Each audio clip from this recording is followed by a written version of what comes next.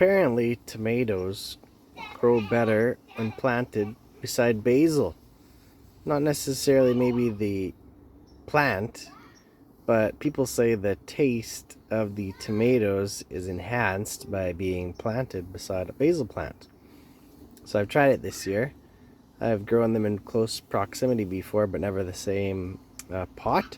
So this year I'm doing it. Planted a basil. I did it in several.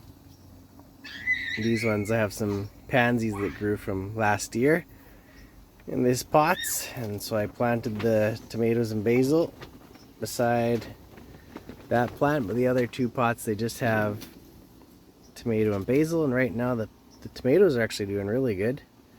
Basils are kind of going a little slow than on their own, but we'll see how they do when they get growing here when the weather heats up a bit.